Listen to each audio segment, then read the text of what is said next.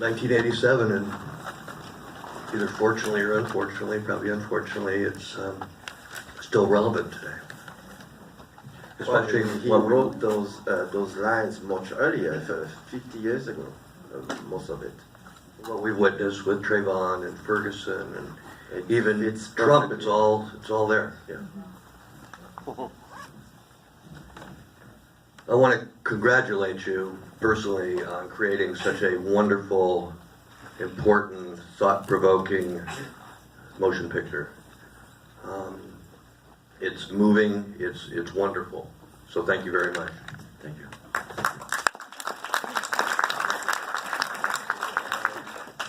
Maybe I should say a few words about, or you have a question you want to start with. It's all yours. Just to say a few words about how this project came about and the place of James Baldwin in my life, and I guess in the life of many of you. I read Baldwin when I was 17 or 18, and that was an incredible shock for me. It's like my whole world exploded, and he never left me since then. I used him throughout the years. I went back for comfort. I went back to him for clarity in times of doubt and confusion. And I basically, he's probably one of the few writers who really structured my mind and the way I think today. And when 10 years ago I decided to make a film about him, not so much because I wanted to do a biography of him, but because I felt his words were really needed, and we were starting to push him aside, and people were forgetting about him. The new generation, most of them did not know anything about this man. So the project became very clear for me as a project where I had to bring back the words. I had to really let aside everything else, make a film without any talking heads, any scholar, anybody, who was going to interpret him, but really to find a way, a cinematic way, to confront an audience with those words. And it took time to get to the proper mixture. And of course I had to go and find the rights. So I approached the estate, the James Baldwin estate, and they had a reputation of not even answering inquirer or letters. And but I wrote a beautiful letter. I think it was a beautiful letter. Much the better.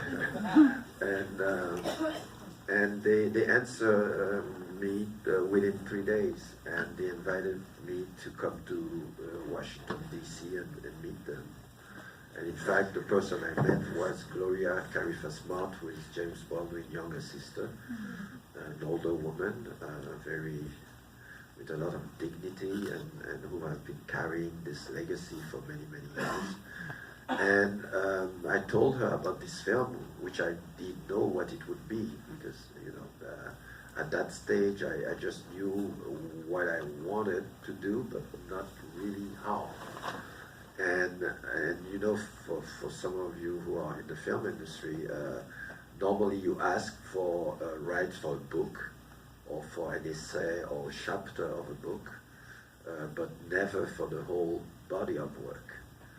And this is what I asked for, because at that stage I couldn't point to any particular book I needed, the film being just a project in my head. But she agreed to everything.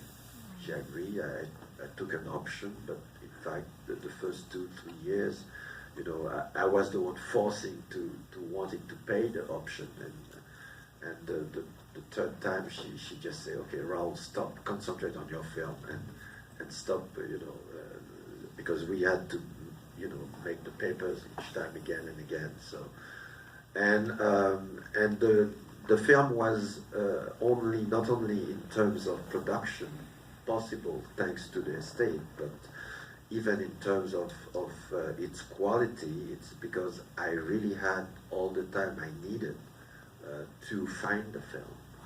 And this is unprecedented. I don't know any other situation where that would happen unless you're making a film about your own family, where you have access forever to everything.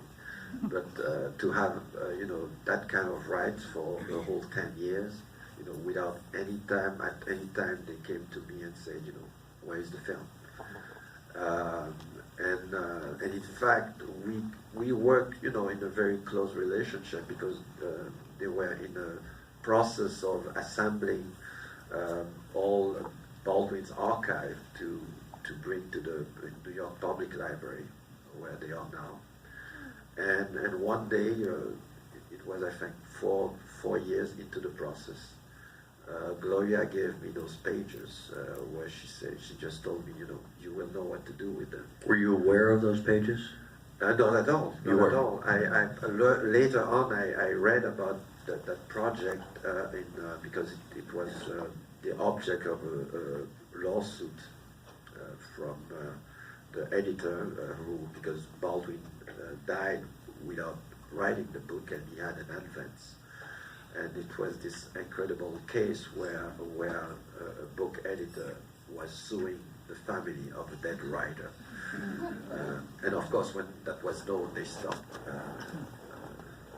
pursuing the suit. But it was for the advance, right? Yes, yeah. Yes.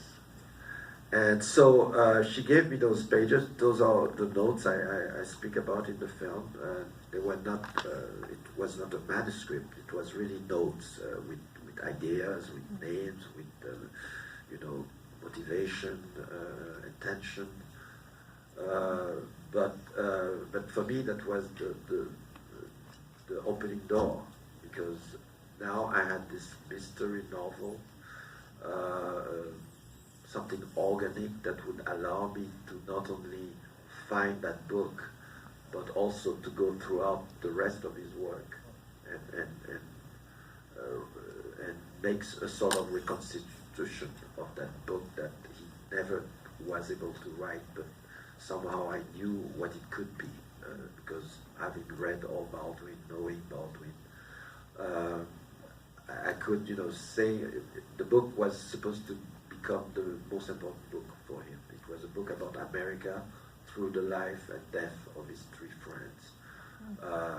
And for me, that book, I could imagine what he could do more than he had already done. So the idea became for me to go throughout his body of work and put that book together.